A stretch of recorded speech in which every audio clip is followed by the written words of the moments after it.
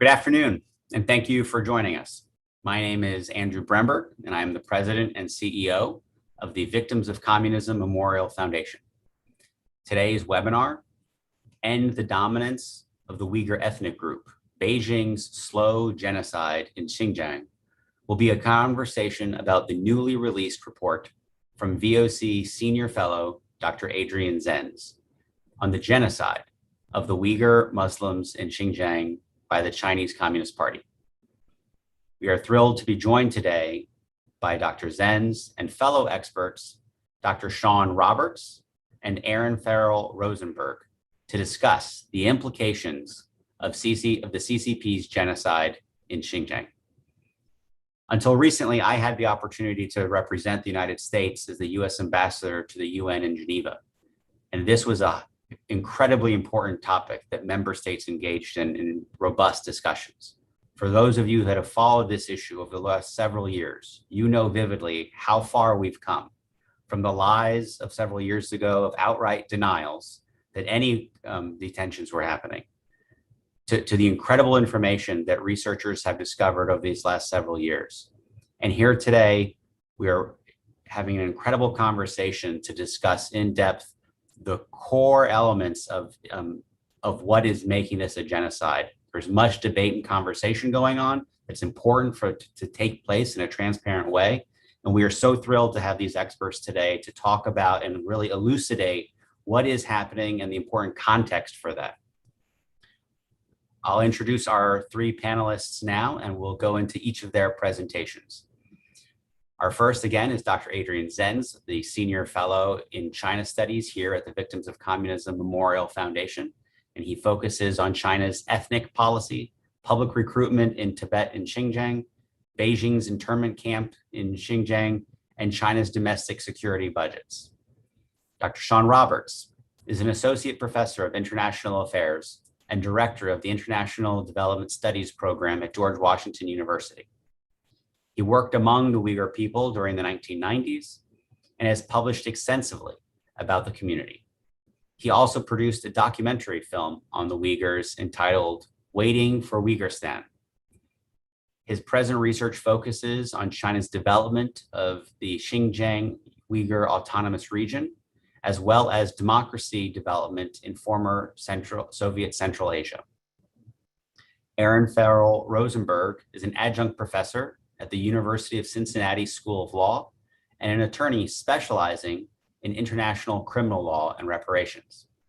She has worked at the International Criminal Tribunal on Yugoslavia on the Radkov Mladic case, and in the International Criminal Court in the Appeals Chamber and the Trust Fund for Victims. She is the former Associate Advisor for the Center on the Prevention of Genocide at the U.S. Holocaust Memorial Museum. She is also a member of the editorial committee of the Journal of International Criminal Justice and the ABA Working Group on Crimes Against Humanity. During today's event, our speakers will each give their remarks, after which we will have a discussion drawing upon questions submitted by the audience. For those of us joining via Zoom, you can submit your questions through the event using the Q&A function at the bottom of your screen, and we'll do our best during the Q&A session to address them. But thank you for joining us. And with that, Adrian, I'd like to invite you to share your presentation.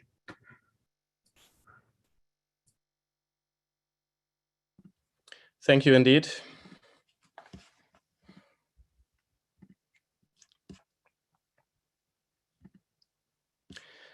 Well, it is my pleasure to present concisely in about 15 minutes the latest findings on Beijing's population's plans in Xinjiang, sort of as a follow-on of our understanding of Beijing's long-term plans and rationale behind population control and birth prevention in Xinjiang, titled End the Dominance of the Uyghur Ethnic Group. The premise of my research is firstly to look at Beijing's intent. What is their intent regarding the ethnic minority population, especially in southern Xinjiang? Secondly, to use the understanding of this intent to quantify the potential destruction in part, as set out in the Genocide Convention, that may result from this intent. And those, of course, are arguably the two key pieces for a genocide determination, and also in many ways the two key missing pieces that have been subject to speculation up to now. I'd like to start with a quote that quite likely or potentially implicates Xi Jinping himself with this whole thing, from a Health and Family Planning Commission report from one of the Uyghur prefectures in southern Xinjiang, titled Meeting Minutes on Earnestly and Thoroughly Implementing the Spirit of General Secretary Xi Jinping's Important Instructions, Researching and Advancing the Work of Optimizing the Ethnic Population Structure in southern Xinjiang. Optimizing the ethnic population structure, and you see this was issued in 2017, the same year as in which Xinjiang issued another family planning directive. Both of these documents have not been made public, but we all know what resulted from the family planning directive: hugely declining birth rates, plans for mass sterilization, IUD insertion, etc. But the longer-term plan is the optimization of the ethnic population structure. There are many other sources that shed light on this from Chinese academics and cadres, officials. For example, the dean of an institute at Tarim University wrote in 2015, change the population structure and layout and the dominance of the Uyghur ethnic group, because they dominate the population in southern Xinjiang. They're so concentrated. 1 year later, he wrote that the imbalance of the ethnic minority and Han population composition in Xinjiang, in southern Xinjiang specifically, has reached an unbelievably serious degree. Strong words. The arguably most authoritative voice on the subject is Liu Yilei, Deputy Secretary General of the Party Committee of the XPCC, the Bingtuan, and Dean of Xinjiang University. And he wrote this in July 2020, saying that the core problem of Xinjiang has not been solved. That's quite the thing to say in July 2020. And he actually reiterated the statement just recently in spring this year. I quote, the problem in southern Xinjiang is mainly the unbalanced population structure. Population proportion and population security are important foundations for long-term peace and stability. The proportion of the Han population in southern Xinjiang is too low, less than 15%. The problem of demographic imbalance is southern Xinjiang's core issue. Quite a strong statement. And of course, the XPCC is the driving colonial settler force, the ones who run internment camps, who have their own police, who are very much at the forefront of the securitization drive and the drive to control the region. He had previously written that Xinjiang's population and ethnic structure are unreasonable, very common sentiment among Han academics. He had also written, Xinjiang must afresh analyze its population structure and ethnic structure from a viewpoint of national security. And that's one of the key aspects about this whole thing. Optimizing the population structure is a national security imperative. Another pertinent quote from Li Xiaoxia, director of the Institute of Sociology at the Xinjiang Academy of Social Sciences. She also wrote the Xinjiang Population Report of 2021. So very high profile academic. It's been featured in state media and everything. And she wrote, the population gap between ethnic minorities and the Han continues to widen, which has made the concentration of a single ethnic group in certain regions more obvious. The lack of interaction and exchanges between different ethnic groups has caused the three factors of ethnicity, religion, and land to become superimposed, strengthening the viewpoint that one ethnic group owns a particular land area, weakening national identity and identification with the Chinese nation, adversely impacting peace and long-term stability. She continues to say, consequently, controlling the growth rate of the ethnic minority population and adjusting the regional ethnic population structure are considered to be important ways to achieve long-term peace and stability in Xinjiang. This is not just mere theory. These officials and their research is typically funded by the government. They are either sort of scholar cadres who are both scholars and cadres, or we see an actual reflection of these statements and sentiments in government policy of recent years. For example, in one minority county in 2019, the family planning unit has the following mandate: formulate the county's mid and long-term population development plan, an annual plan, be responsible for the macro control of the county's newborn population, manage the county's information system for women of childbearing age. And many counties began to have the mandate to optimize or balance the population structure. So as a summary, academics and officials view the Uyghur population threat as follows. You can group it sort of into 4 categories. The first is that an excessive minority population creates a large rural surplus workforce that suffers from underemployment, and they constitute a severely excessive surplus population created by lax family planning policies, it is emphasized, which poses a latent threat to the current regime. Second, high ethnic minority population density and combined with low mobility is said to breed a hardened society with a dense religious atmosphere, said to be creating a breeding ground for religious extremism and terrorism. So much of the literature on population optimization is actually written in the context of counterterrorism and national security. Third, high ethnic minority population concentrations create a dangerous sense of identification with the home. With their homeland, weakening with their homeland in southern Germany, southern Xinjiang, weakening identification with the central government. High ethnic minority population ratios and the resulting low Han population shares are a national security liability in sensitive border regions, which includes southern Xinjiang. So serious issues here. And how to solve this, we have some pointers for example, a 2017 paper published by 2 researchers from the Xinjiang Police Academy.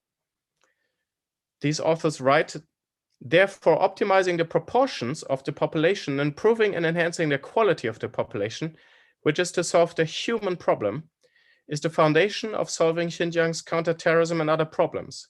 Embedding the population is one of the simplest and most direct ways to solve the human problem.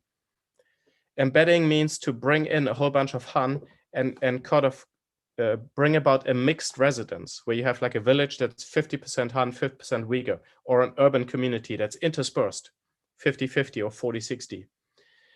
They write, this sort of population embedding will achieve the goal of diluting the proportion of the poor population, the proportion of the unemployed population, the proportion of the low educated, proportion of certain ethnic populations, the proportion of the population with a criminal history. So you're diluting so-called problem populations. One of the authors, a counterterrorism researcher, goes on to write, for example, according to a mixed ethnic village, he writes about an embedded mixed ethnic village in order to neutralize the Uyghur population. He writes, according to the village's cultural counterterrorism needs, the scope of the population with positive energy in a village, here we're talking Han or highly secularized Uyghurs who are politically reliable, that population should be expanded to 80 or 90% in a planned, step-by-step and methodical manner, and the scope of the population with negative energy in the village should be reduced to 7% or less than 3%. So you're really talking about quantitative ratios and indicators in order to neutralize problem populations and also cause them to shrink. So what is the ultimate goal of all this? In my opinion, Leo Ilay was talking about sort of Xinjiang including a large other prefecture buying goal. But if you talk about the Uyghur heartland regions, the current Han population shares of 2018 was only 8.4%. And for embedding, of course, you need up to 50% or at least 40% Han to embed, to mix up the population. The current Han population share in Xinjiang is overall 34%, possibly slightly higher. And the one in northern Xinjiang, praised by academics and officials, often praised as reasonable, is 56%. So in my opinion, a conservative minimum Han population share needed to achieve these optimization goals is 25%, which would allow you to embed 50% of the Uyghur population at a 50-50 ratio for the 25%. which would require roughly to triple the Han population. How likely is this? So first, we see that Xinjiang's natural population growth has already declined significantly to levels near zero, in some Uyghur regions below zero. This is sort of a sample of counties in southern Xinjiang with data for 2019, and a natural population growth by birth declined from 5.19 per mil in 2018 to 1.66 in 2019. Of course, in 2017, it was much higher. I mean, compared to 2015 and stuff, this has declined incredibly. But 1.66 is really close to zero, way below sort of replacement rate. And it's less than half than Xinjiang, which is 3.8, and half of the national natural population growth rate, which is considered to be dangerously low already. And that's why China is allowing now 3 children per family and mulling sort of encouragements for couples to have more children. Southern Xinjiang had less than half of that, or half of that. Second, as we saw starting in 2017, Xinjiang's family planning offices were given the mandate to optimize the population and carry out population growth monitoring and early warning work. Third, government officials have been putting measures in place to avoid exceeding southern Xinjiang's ecological carrying capacity, because you can't just bring millions of Han Chinese in there and keep having a high minority population growth, because you don't have enough land, arable land, you don't have enough water. Water resources is a real problem. You also have only so many jobs. Economic capacity is also a real issue. And if you try to create jobs, for example, through textile production, that places further stress and strain on water, on the ecological footprint. Fourth, the state is already planning to move 300,000 Han settlers to southern Xinjiang by 2022, which is the first major population shifting plan in decades, and a significant first step to increase the Han population ratio there. Fifth, academics have called for intensified labor transfer and radical de-extremification for numerous years.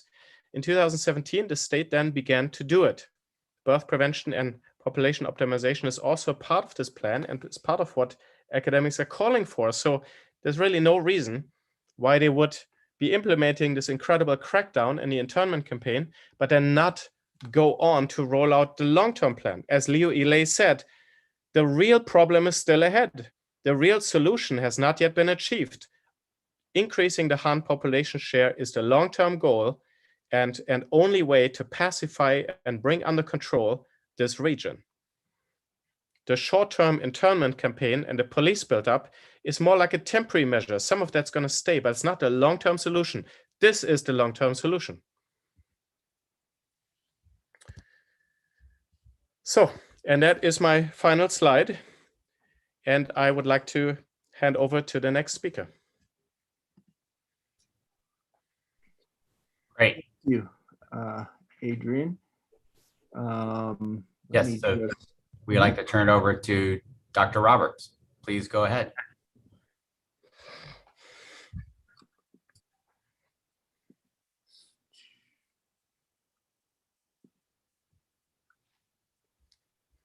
So I am going to build on some of what Adrian was saying and kind of contextualize it in terms of what the end game of these actions seem to be. I think that it's very much connected to what I call settler colonialism. And I use the term cultural genocide just because I'm not a legal expert and I'm not really feel that I have the capacity or knowledge to determine whether it's genocide or not. But I use that term primarily because I think it points to intent and it makes it understandable why a state would do this.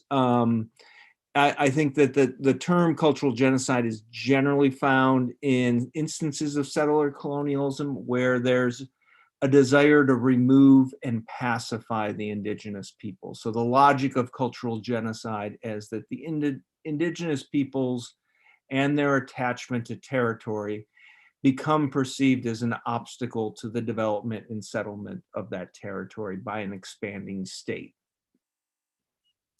And the reasons I interpret that's thus far, and I think Adrian's recent research only provides more fodder for this, because we actually have the words of officials and academics discussing the desire to kind of dilute the population of Uyghurs in their homeland. But in general, I also see a gradual historical process of settler colonization of this region by modern China.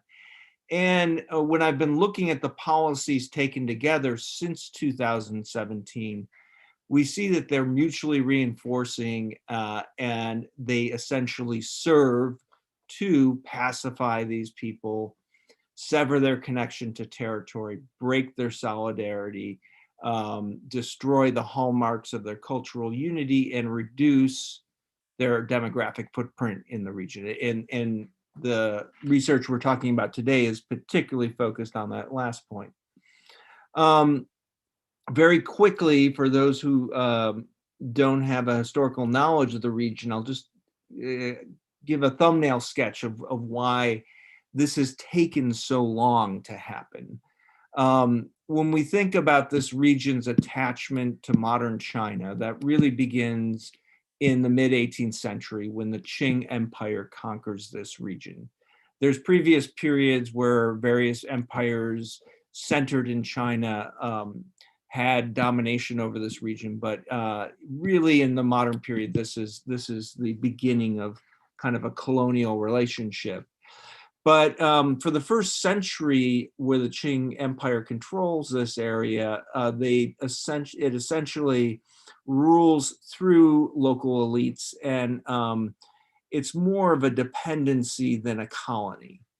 And that changes because first, after local revolts pushed the Qing Empire out of the region in the 1860s, the empire comes back in the 1870s, and by the 1880s, it incorporates it as a province of the empire called Xinjiang, or New Frontier, or New Territory. And that ushers in a period where there is an attempt at settlement, there's an attempt at assimilation. It's largely left unfinished when the Qing Empire falls. And the new nascent Chinese nation state that emerges in the Republican period in 1911 holds this area very loosely and does not really make it a colony. There's little settlement. There's much less attempts at assimilation, and so on. And so it's really only with the establishment of the People's Republic of China that there's more of a desire to integrate this region. But I would argue for much of the period of communist rule in China, it's been, there hasn't been an urgency to kind of integrate this region and to settle it. There's been attempts to change the demography, but mostly it's been in the northern areas of this region. And as Adrian mentioned, much of the focus of the state is on the southern reaches of the region, which really hadn't been penetrated by the Chinese Communist Party until very recently. And I would say that that's partly because the state viewed this region as a frontier to keep out external influences. And that began to change during the reform period, in particular the 1990s. And I think that we saw two things develop. One was an understanding of the utility of this region, not as a frontier or buffer zone, but a location to launch engagement with the rest of the world, particularly to the west and southwest. And that meant there was an impetus for the state to develop this region and to control it better.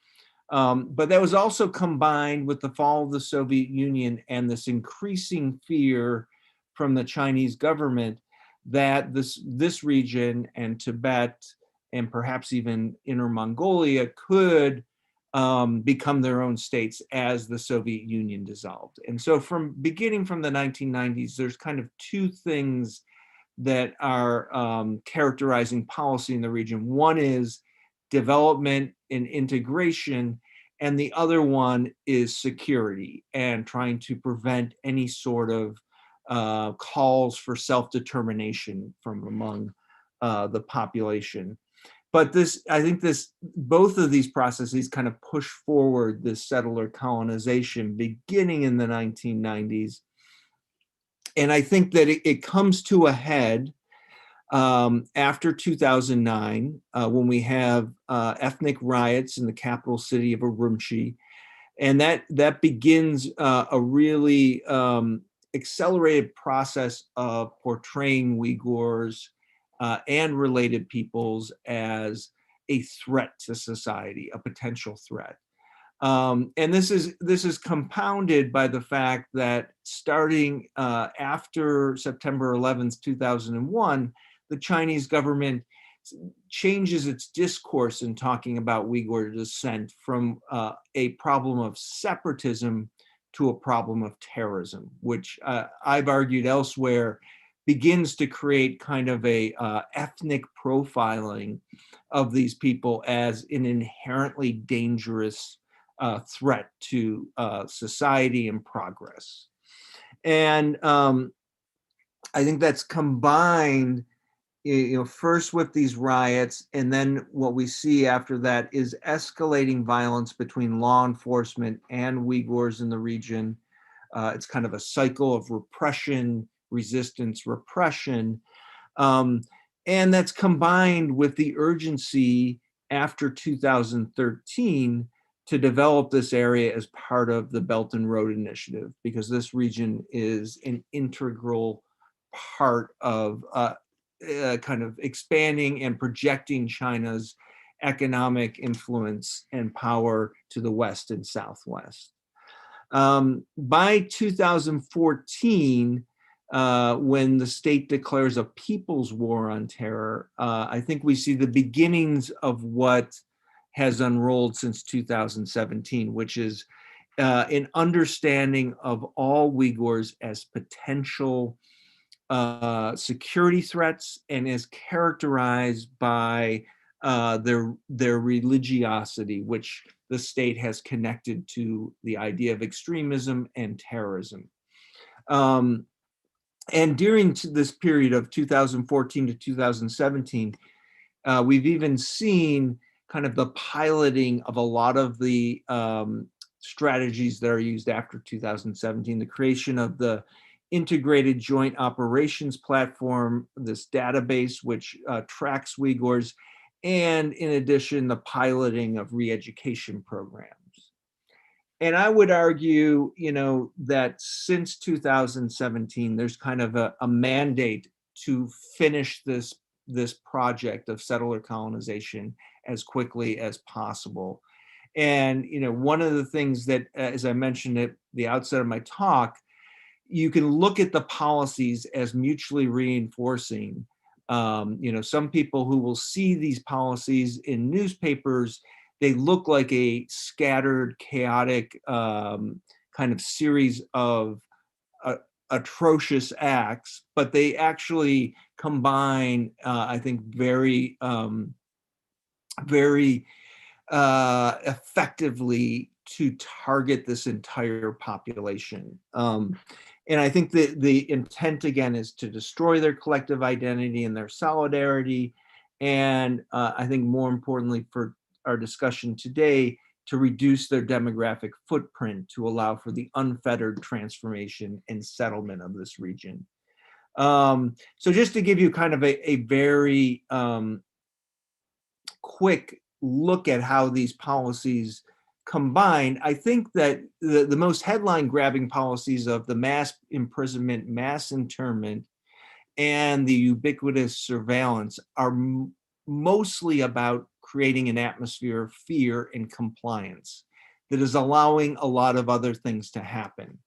And those other things are transforming the landscape, and that includes, urban development, changing the urban character to kind of erase any of the indigenous legacy there, destroying mosques and holy shrines, and transforming historical landmarks to make them more of a tourist attraction than really a part of a live Uyghur culture.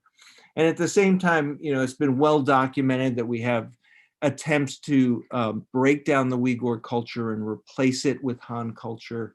There's various programs that on the surface may look voluntary in the context of the atmosphere of fear, the threat of being put in an internment camp or prison, and the ubiquitous ability of the state to observe people's actions and document their words. They're anything but voluntary, and that includes campaigns to promote ethnic intermarriage. It includes campaigns to promote the Chinese language and Han culture in schools and through boarding schools.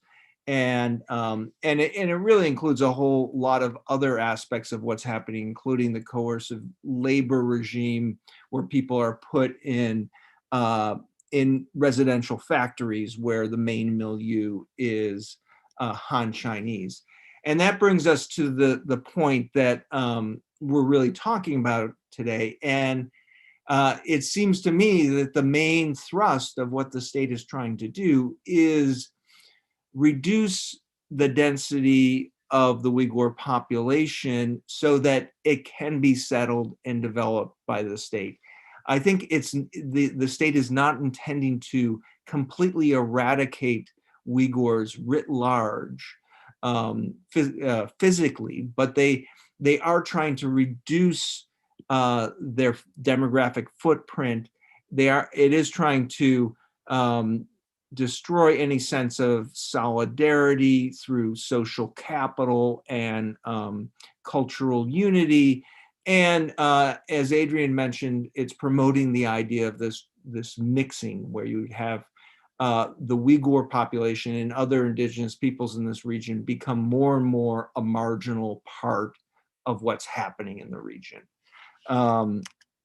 So just as a last point, I think all these policies taken together and looked at as mutually reinforcing, there seems to be a clear intent to dismantle the collective identity of these people, pacify them, and displace/replace them.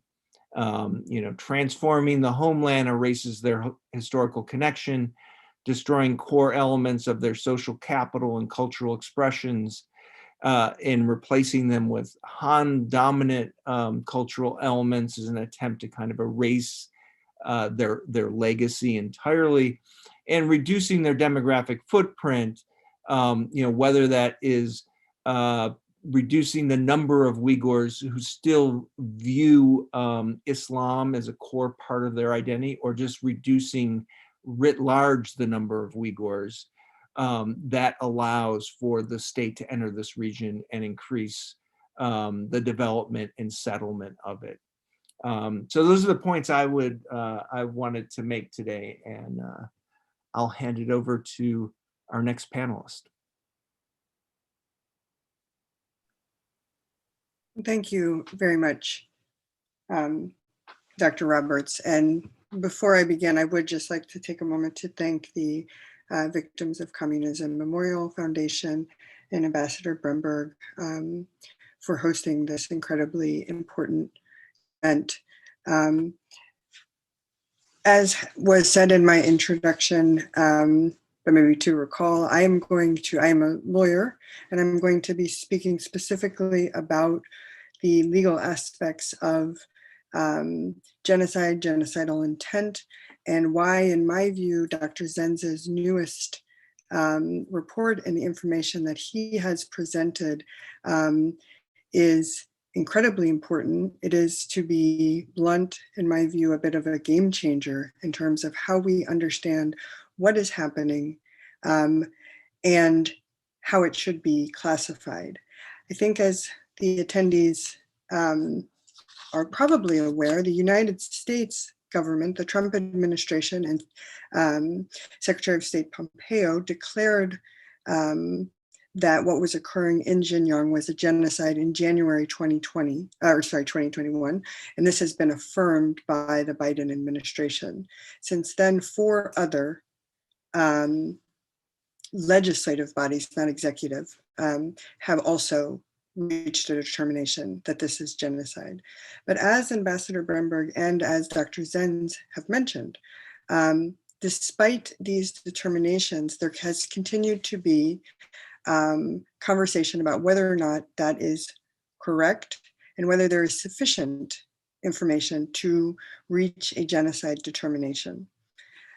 And mainly the arguments have centered around the question of genocidal intent, which is to say that we know, and it is not really, I believe, in question, that China has already begun a program of the suppression of births through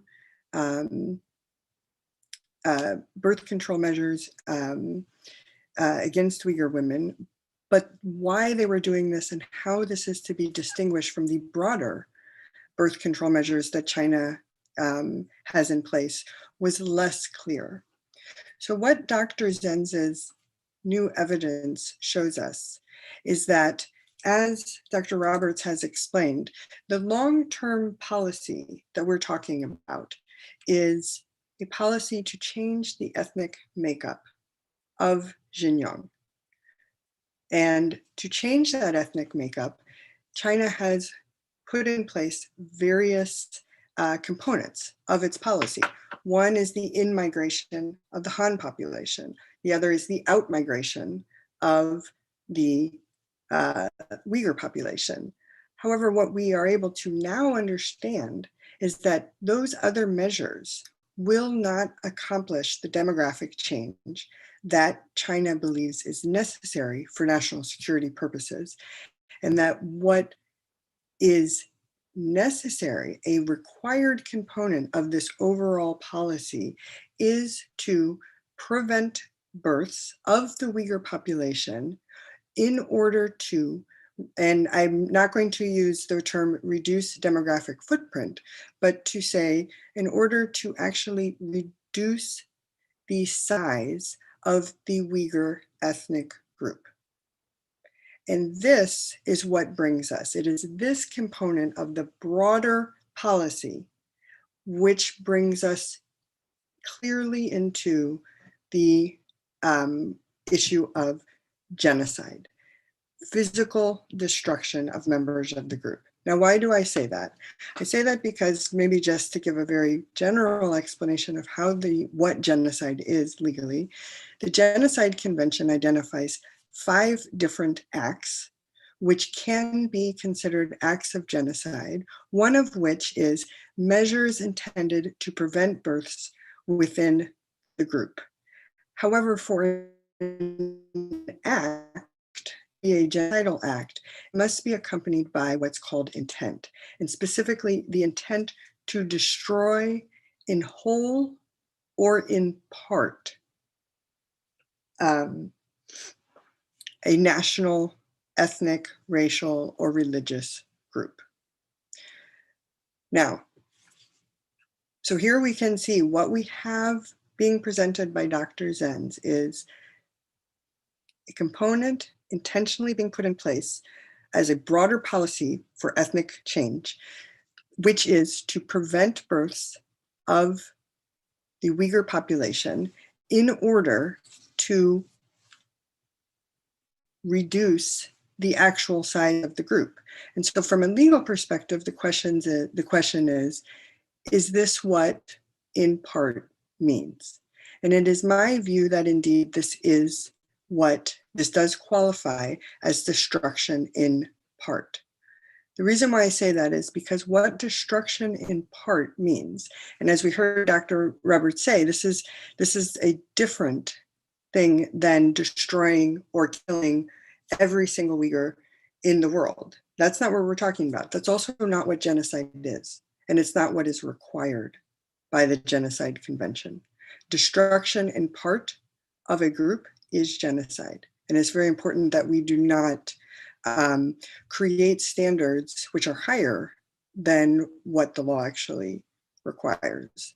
So destruction in part it must be according to the International Court of Justice, which is the court that actually has oversight of the Genocide Convention in terms of state responsibility, is not a strictly numeric assessment. There isn't a magic number that will mean that the in part has been met. It does need to be substantial, but it also, other factors which are considered relevant to whether it is in part is if it is, for example, focused on a specific geographic area, as well as if the part of the group which is targeted are particularly important, the elite of the group. And what that means, for example, is that targeting leaders of an ethnic group, even if they numerically are only a small percentage of the group as a whole, that can indeed, given their importance to the continuation of the group as an ethnic group, can qualify as destruction in part. Dr. Zenz's new evidence shows us that the likelihood, using very conservative estimates, and I appreciate very much that his estimates are conservative in how he has arrived at them, that this overall policy of ethnic change will lead to a negative population growth, a reduction potentially or stagnation of the size of the Uyghur group, which, absent the policy of preventing births, would grow by several million. Now, can I say definitively that this, when it is presented before a court, will be found to meet the threshold of substantially destroying a part of the community? No, I cannot. And I don't need to, right? Because I am not a judge and this is not a judicial setting. This will be decided at some point by a court. But what I can say is that based on a review of the jurisprudence of the ICJ, in particular in terms of the assessment of the Srebrenica massacre being determined to be a genocide, as the destruction in part of the Bosnian Muslim community, that I think looking at that jurisprudence, that we should have confidence that this would be evaluated or could be evaluated in a similar manner and qualify and meet the threshold for partial destruction of the Uyghur group.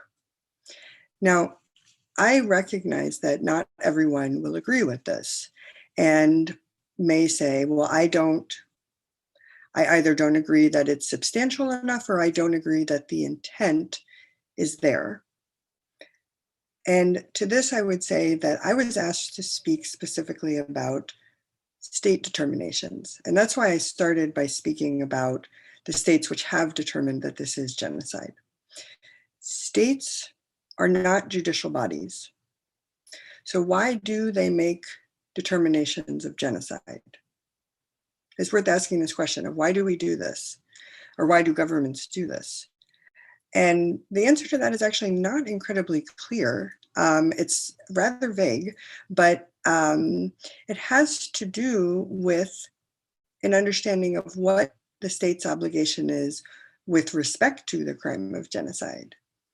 So does that mean that states have some sort of obligation, either domestically or internationally, to determine that a genocide is occurring? No, they don't. No, they don't. But they do have an international obligation, actually. And this is what I think is the main point. What is the obligation of a state in terms of genocide? It is not to declare genocide has occurred, and it is not to determine that genocidal intent is present. It is something very different. It is the obligation to prevent genocide. And this means that states actually have an international obligation to, before a genocide begins, to be assessing the actions of other states in order to see whether or not there is a need to prevent genocide. So what is the obligation to prevent? And I'm going to try to get through this fairly briefly so that we can move to the questions. But just to explain, all state parties to the Genocide Convention, including the United States of America, have an obligation to prevent that arises at the moment that there is a serious risk of genocide occurring. A serious risk. Now, we have heard from Dr. Roberts in his incredibly helpful contextual information, a number of dates, 2014, 2017. We heard about how in 2014, and I'm going to try to quote this directly, that we started to see the development of a viewpoint that, quote, all Uyghurs are security threats. This is actually a sign of a risk of genocide. When the dehumanization and categorization of a people based on their ethnicity as inherently threatening is a genocidal risk. And this happened in 2014. In 2017, we started to learn about the mass internment and re-education. And in 2018, we began to learn much more about the enforced sterilization and other birth control measures. Well, let me share with you what other genocidal risk factors have been identified by the United Nations Office for the Prevention of Genocide. Widespread or systematic discriminatory practices against the freedom or physical and moral integrity of a protected group. Development of policies or measures that seriously affect the reproductive rights of women within a protected group. Attacks against cultural or religious symbols and property of a protected group. So my point is to say that we can debate for as long as we want whether or not the legal requirements of genocide has been met from a judicial standpoint. But in doing so, we are, I would suggest, really missing the point. States have an obligation to prevent genocide, and we know, looking back, that the warning signs of what is happening in Xinjiang were not heeded. The fact that we have a genocide determination is not a starting point for intervention, and it is not necessarily something to be happy about. It is actually a statement that the world has failed in its obligation to prevent genocide. So now, as we are talking about what should we do, for those who work for government or work within the UN, my only sort of recommendation would be that first, I believe what Dr. Zenz has presented in his newest report, all states should feel very confident in making a genocide determination. Second, we should have better policies and systematic systems that are reviewing and tracking the risk of genocide developing, not only in Xinjiang, but in all parts of the world, so that in the future, we're not saying, will there be accountability for this, but rather that we have met the promise of never again. Thank you. Thank you. Thank you to all of our panelists. I want to remind those viewing and participating in Zoom, please go ahead and use the Q&A function. We'll try to answer your questions as they come in. We'll give a minute here to let those come in. I just want to again thank our speakers for such an incredible framing of the issue in terms of the research and data that's been presented, the context of the history of the approach the government has taken to the region, and this legal framing of understanding the actual legal consequences around genocide, and of course the obligation that countries have, and a treaty obligation they have to prevent genocide, I think really pulls it all together to help us all understand the urgency for action. So I'm going to start with a question for Dr. Zenz.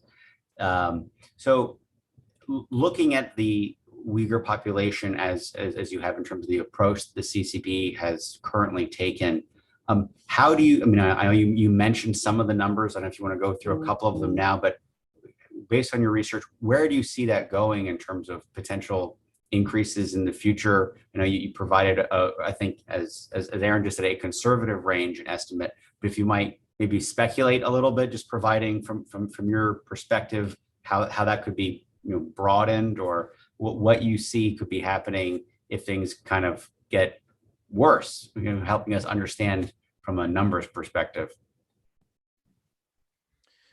Yes, so the mitigating of the Uyghur human threat through embedding, diluting their population density. It's difficult to imagine this to require anything less than roughly 25% Han share. And I've demonstrated that conceivably, this could lead to, the most likely range is 3 to 4 million prevented lives, which is sort of up to 31% of the potential projected Uyghur population as a baseline comparison. Now, of course, there's a number of factors in there. How many Han can they get to migrate to southern Xinjiang and stay there permanently? That's a very difficult question. What truly is the ecological carrying capacity in the water situation, in the economic situation? How much money can the government spend on it? How's China going to be doing financially and economically to afford this? And how is the Uyghur population going to respond to this? So it's somewhat difficult to, because this is a conservative scenario, it's somewhat hard to envision anything less than 2.5 million lives being prevented over 20 years. There are worse scenarios than that. And I think especially also compared to now everybody being able to have 3 children, you could arguably work with a different baseline scenario. Say, actually, the baseline Uyghur population compare this to could conceivably be higher than what I put as the projected 13.1 million. And then the destruction part has to be assessed at a high level. It could go up from 4 million to 5 million, for example, very easily using the intermediate scenario. I chose the low projection scenario. But of course, how do you guess this beyond 20 years? Or what if things don't go well? I think for them to totally suppress births, like down to 0, that would kind of lead to a collapse of Uyghur society. You would have no longer children, no more education system. It would lead to real dysfunction, unless you, of course, completely intersperse them with the Han, and then you still have schools, but eventually only Han students go to them because there aren't any Uyghurs around. But still, I think that's quite unlikely. Not impossible, though. I'm personally hesitant to speculate much beyond 20 years or what, I mean, there's always a possibility for a worst case scenario, right? So they could always adopt more drastic measures. And I think Dr. Roberts' presentation has shown quite amply how with this goal in mind, other measures are still possible. Cranking up the killing, the mortality through internment, which would turn re-education camps into semi-death camps, is not out of the question. Nothing is off the table, but it would be at least a partial failure. I think for them, a success is to showcase a nice Xinjiang where you still have Uyghurs, you still have Uyghur children, the population decreases just slightly. In a scenario I presented, the Uyghur population would decline from 9.5 to 9 million by 2040, just 500,000, not enough to notice to outside observers, but 4 million compared to the base rate, or 5 even if you take a higher base rate. I have always said that I think it's unlikely that they do mass killings. This is not their goal, not their prescribed goal. It's about integrating the Uyghurs. But the destruction of the Uyghurs as a group, no matter how many million Uyghurs are left, the destruction of the Uyghurs also as a group is also a consideration. The New Lines report on genocide very much took that approach, sort of also blending the boundary between cultural and physical genocide. How much do you have to destroy a group's distinct identity before they, for all practical purposes, continue to exist? That's an interesting question, and I think that's also on the table. Thank you. I'd like to, we have a question in the chat that I'll kind of adjust along with another thought I had for Dr. Roberts. So the question is, why did the CCP decide to target Uyghurs for genocide and not other minorities in China?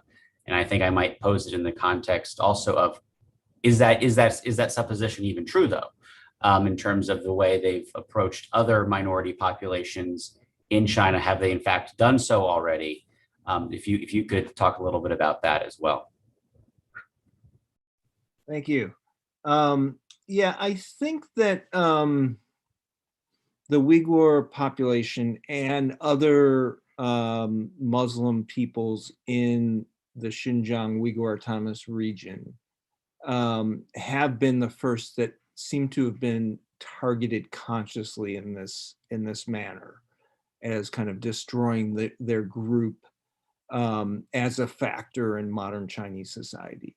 Arguably, I think that Chinese states have long sought to assimilate peoples.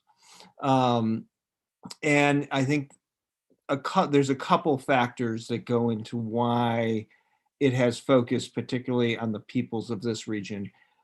One relates to the fact that the peoples of this region have been very resistant to assimilation overall. And part of that has also been their distance. I mentioned in my presentation, this region has long been a frontier of Chinese power, and it's really only since the 1990s that the states really focused on how do we bring this into a more homogeneous state. And then of course, the point I made about the importance of this region economically in terms of the expansion of China's economic power. But I think the thing that has really played a major role is the fact that the Chinese government has been able to label the inhabitants of this region as a terrorist threat, which to them, I think to state officials, that allows them to really dehumanize them, as Aaron mentioned. That dehumanization is something that I think is, by human nature, is something that's required to allow people to destroy a group. And that's been a successful endeavor, for the Chinese government to label and portray Uyghurs as a major terrorist threat. And it's something that was in the making immediately after 9/11, but has built momentum. And I think it's to the point where there are likely Chinese officials who believe that's why they're doing what they're doing. And it's not just, a cynical excuse. Thank you. I'd like to go to Aaron with a question about, you provided a helpful, very precise legal context for the genocide term, the treaty obligations, and not just in the face of genocide, but the treaty obligation on countries to prevent genocide. But can you also talk a little bit about, I know, and it's varied by country, but countries have their own domestic rules or laws that trigger their own duties and responsibilities, kind of to implement those treaty obligations. And if you could help talk about how the importance of countries making their own genocide determination and what type of actions or impacts those could have, not necessarily on China, but on their own country, to basically make sure they follow through on those treaty obligations. If you could just talk about how some of those countries like what type of rules they have in place and what type of follow-on actions. I think that can help everyone understand the real impact of, okay, there's a determination now made in a country, what can come from that? Absolutely. And it's worth, I think, we use the term Genocide Convention, but that's not actually the name. And so I'm going to say the full name because it'll answer, I think, somewhat. So it's the Convention on the Prevention and Punishment of the Crime of Genocide. And so the Genocide Convention also has as a secondary obligation, right, is the domestication within I won't use that term, is for states to, within their domestic legal system, to actually ensure that they are criminalizing so that they can themselves prosecute. And that covers all the modes of liability of genocide, right? So it's not simply commission, it's also attempt. It's also conspiracy to commit. So and it allows, similar to other laws within the United States, for example, it would allow, if a person who potentially had been involved in a genocide, a non-American who was in the United States, could actually be prosecuted under US law. So this is actually a very important thing just to understand in terms of domesticating the Genocide Convention's prohibition on the crime and the modes of liability. But beyond that, and that's a very sort of like criminal, right, kind of approach to it. I think what your question really goes to is the issue of policy response and what needs to happen there. And what the ICJ has said, I actually find quite interesting, because I think it really kind of answers this question of how states should be approaching their obligations of, so we talked about when is the obligation to prevent triggered, but the other question is, what does it actually entail? What are you actually supposed to do? And what the ICJ has said is that states should assess the strength of their political, military, and cultural and other links with the actors in order to assess their capacity to influence. So, and this may sound vague, but this is actually, I think, a very important framework to bear in mind, is that when you're doing, whether it's a genocide determination or an assessment of the risk of genocide, the policy response should be, what are those links that could potentially allow the US government or whatever other government it is to influence those actors to actually either prevent or halt the genocidal acts that are going on. And again, that's a very case-by-case sort of assessment, right? It may be for some countries military, for others it may be purely historic links, for others it may be economic. But I think, as your question points out, that this is where the law really melds with policy, right? Because the law itself cannot either prevent or really halt genocide. It is a policy, and it comes from states, so it needs to be in the policy realm. Thank you. And we had another question that goes exactly along those lines of, what can the international society do realistically to stop the genocide? And I think you've already kind of answered that, and I'll just share, just from my perspective, having served in the UN, the most important thing that I think countries can do, international society, member states, is to speak. And that it has been positive to see a slow but growing number of member states that have spoken out about, at first, human rights abuses in Xinjiang, and now genocide, the importance of making that genocide determination. But I think, and I'd ask my panelists if you want to jump in before I go to some of the next questions, that what are the other things that countries can do, again, to help have this impact? I think, as Aaron just said, there's not the expectation that the law in and of itself can stop the genocide, right? That it takes actual actors, international actors, to act and to basically, in my words, change the policy incentives, internally inside the affecting China, the affecting country, in this case, China, to get them to choose to engage in different behavior. That's what we try to do, and it's very difficult in the UN setting. But I just wanted to give panelists a chance just to jump in on that point, just from this kind of macro geopolitical. How do countries, try to get China to stop this? If you wanted to jump in, and we have a couple other questions already, I know. So let me open it. Anyone want to jump in on that? I'll just say one thing. I think it's I think what is very clear to me is the only way this situation changes is, as you mentioned, Ambassador, that the Chinese government decides to change its behavior, right? There's not a way that a state can force another state to do that. And along those lines, I think the economic pressures, and particularly not only from the state side, a lot of economic pressures come from the private sector and from the grassroots, whether it's boycotting goods or it's private actors and corporations deciding not to have their supply chains connected to what is happening to the Uyghur population. I think that some of those things are already happening, and they are starting to put increased pressure on the Chinese state. But I think the continuation of those kind of pressures could be the most effective. Yeah, I would also like to jump in here on the issue of China, of course, drawing a red line and then enacting counter-sanction as against the European Union or the UK. And now even passing a law about enshrining counter-sanctions in law as a tit for tat to just have a robust sort of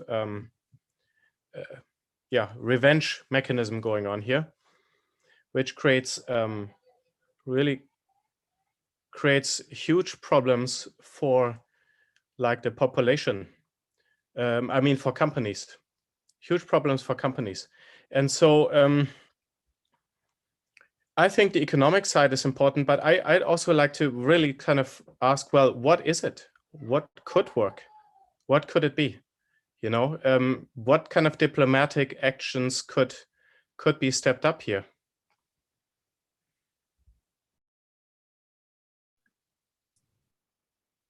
Maybe if I Aaron, could, do you want to jump in before I go to the next question?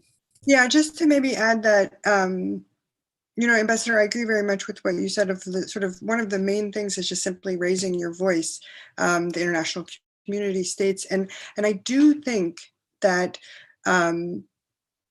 recognizing the risk of genocide and speaking in that terminology and not necessarily speaking about human rights violations, or which are of course very serious, but really much earlier, sort of ensuring that there is in the international sphere a constant conversation about risk of genocide developing, that this is a situation of concern, that it is possible that basically what I'm saying is sort of like, I don't know what policies would be most sort of persuasive to China, but I think that they should have been done earlier. And perhaps that could have mitigated had China felt pressure at an earlier stage, because it is only now that we're hearing an indication of genocide, even though, as we've already talked about, the signs have been there for some time, but it was very muted in terms of really criticizing on that framework. Thank you. Dr. Roberts, I have a question for you that I'll try to summarize and read in, reflecting on your comments about the importance of the region in terms of the economic Belt and Road initiatives and the surrounding neighboring countries. The question is around, most of those governments have done little to challenge the genocidal policies due to their economic ties to the CCP. Is it possible for governments in the region to gain the confidence to challenge the CCP on the Xinjiang genocide? If so, how could this come about? Yeah, unfortunately, it's highly unlikely. And I think it's there's multiple reasons. One is, as one might expect, the countries that surround this region and surround China are highly dependent economically on China. There may be kind of a security fear of the Chinese state, but that does not encourage speaking out as much as it encourages being silent. And then the final point, I think the Chinese government has really tried to create a response to criticism about this issue that drags the issue into a geopolitical context. The Chinese state keeps on saying, well, this is really an American effort, and this is about stemming the rise of China. So, I mean, it somehow, I think, divorcing the issue from other geopolitical issues with China is somewhat critical in that sense, because then it may be, these countries are able to at least through private channels push back and not be accused of siding with the US against China. Thank you. I can, unfortunately, I can confirm that was a refrain we heard repeatedly when pressing other countries, both me from Geneva and then I know in New York, and I know the US government continues to do so. We saw a new letter that came out with a growing number of countries raising this issue.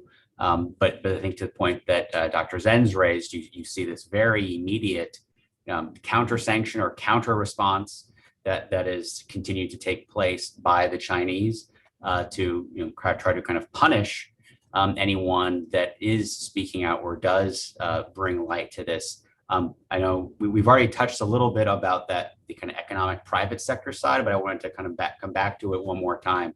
Again, this is kind of anyone who wants to jump in. What do you see? I think we also raised at the outset, we have the fact that China is on schedule to host the Olympics next year in 2022 with this going on. And we have corporate sponsors from US companies. We have US and other multinational corporations that are still heavily invested and with their integrated supply chains in the Xinjiang region. What do you all think, or I should say, how specifically as it relates to this aspect, the kind of focusing on the evidence of a genocide determination, how should this or could this change the context as we move forward, whether it's with the Olympics as the backdrop or just helping try to inform and educate companies to adjust and change their supply chains for passage of new legislation that the Senate is considering right now? How do you see this shaping that context? So I have for a while been arguing that forced labor is the best pressure point to exact a cost on Beijing, or to get force some kind of change. Of course, we see suppliers who are like Huafu saying, "Oh, we have recalibrated. We are now selling more to domestic suppliers, and never mind, we lost international customers, but we are recalibrating." But like Australia is changing customers from China to other countries. Even so, I think forced labor is a very strategic issue that continues to be important. It's now also putting companies under pressure, but all of that is also creating more media attention. Beijing Olympics create more media attention again. And one question I'd like to ask a counter question to sort of the panel, and that of course can include yourself, Ambassador Bremberg. Is there any precedent for states in time assessing the risk of genocide and then taking actual steps to prevent it, having done anything? Has any state ever done anything preventative in terms of punitive action or anything? Is there any precedent for this? Or are we talking like a brand new situation? We're just picking our brains, trying to think of this. Aaron? Well, I'm not I can't give a historical, completely accurate question. I am not familiar with any sort of concerted effort from the frame of there's a potential genocide. from a government standpoint. But I would say that there are a number of NGOs that do raise the alarm. Certainly in terms of, if I think about Myanmar and the 2016-2017 attacks on the Rohingya, several organizations within the United States had been really raising concerns before that occurred. Now, of course, you can't ever predict genocide, right? And this is one of the important things, is to understand that there's not a causal link between the existence of a risk and genocide actually occurring. It's not an automatic thing. And of course, if you are successful in preventing, it's a part of human nature that then you will be told, well, there wasn't a genocide, and so you made up the risk, right? So you can't really succeed politically in that sense. I don't know if that's a helpful response, but Yeah, no, I think so. You'd be more of an expert than I am, but I was not aware of any actual instances of state intervention to prevent, under the guise of genocide prevention, to prevent genocide ahead of time. Though I will say, actually, on this point, from a legal perspective, yes, there is, and it is a very tragic thing, right? So the International Court of Justice actually issued provisional measures for Serbia to take all steps to prevent genocide, and that was before Srebrenica, and they did not do so. And perhaps it's instructive to say that the only thing that Serbia has been held accountable for as a state is the failure to prevent. So actually, yes, we do have that, and it is a very tragic example, and it does point, I think, as the ambassador mentioned, to the limitations of trying to use the law through courts to accomplish these things. The law provides a framework, but ultimately it is states and not sort of an international court that is going to actually be able to chastise or push a state to actually prevent genocide. Thank you. So I'm gonna throw one last question a little bit to Adrian here, and then I'm gonna ask each of our panelists for kind of closing thoughts, comments as we close out, I think just on time. And this is a short one for Adrian, and I'll let you start first with your closing remarks right after this. Was a question came up in the chat of if there'll be actual steps taken with this research, what will be done, how it will be shared with government agencies. I think you were doing just that earlier this morning. I don't want to take your thunder, but I'll let you talk about that if you like, and then go ahead and with your closing remarks. Yes, I did testify just this morning at a joint Senate hearing, the Senate Foreign Relations, and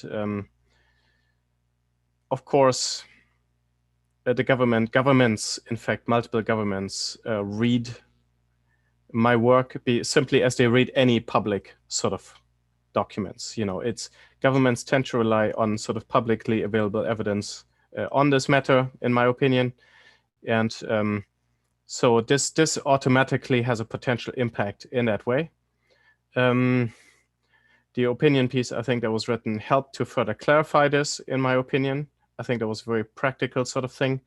But the number one thing, I think, is that researchers do the work, disseminate the work, speak out. It always helps to do it with the media, of course. But ultimately, even no matter actually if this was done, if I spoke out or not, or if I just published, or if I did the media or not, ultimately the ball is always in the courts of governments and what they do with it.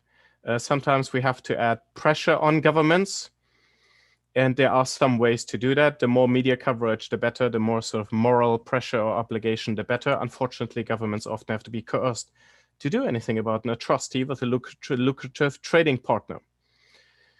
So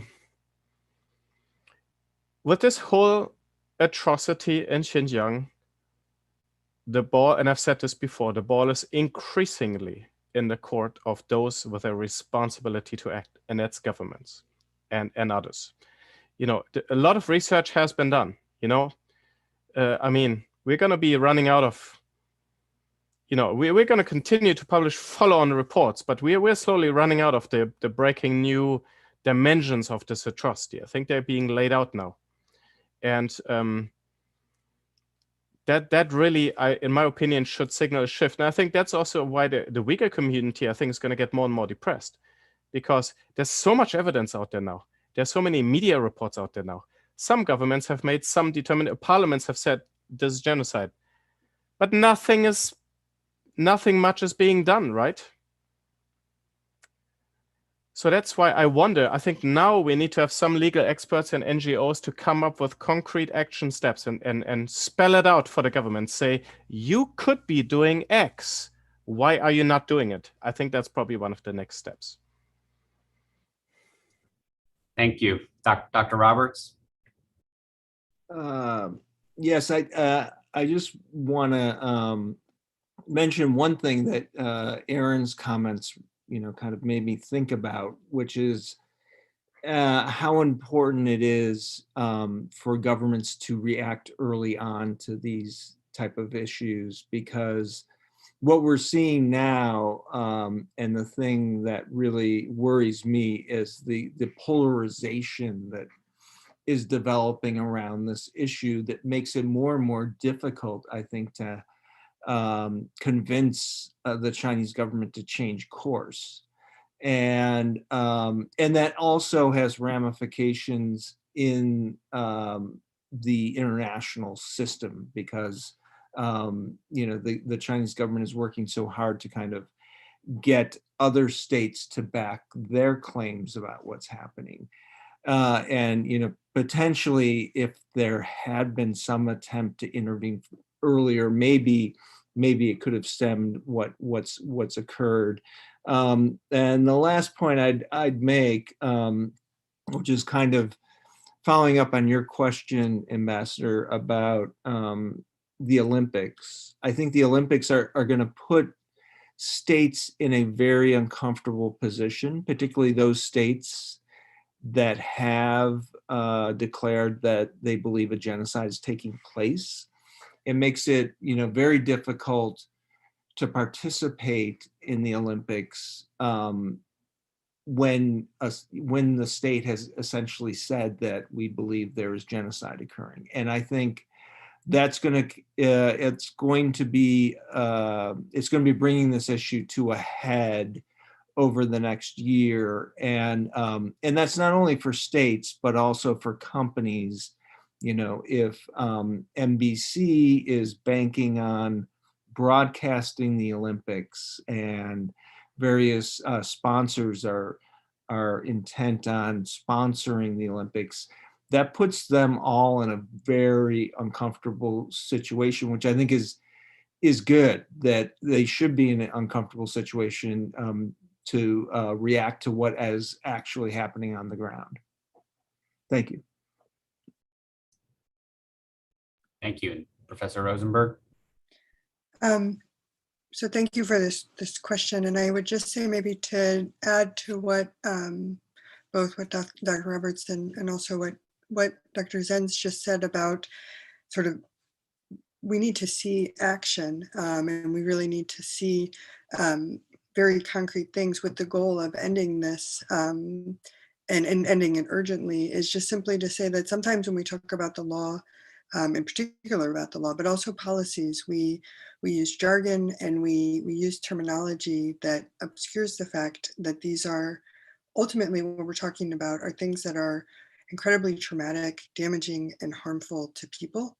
And the reason why we should prevent genocide, the reason why we should halt an ongoing genocide, is not because of the crime of genocide, but it is because of the immense harm that is caused by the crime. And I just think that in terms of understanding the moral imperative and the urgency, we should not shy away from really discussing the ways in which, just use one very simple example, we are talking about birth prevention. The Genocide Convention refers to birth prevention, but what we're also talking about is enforced sterilization, which is a very serious medical procedure that causes lifelong psychological and physical changes. And that's when it's voluntary.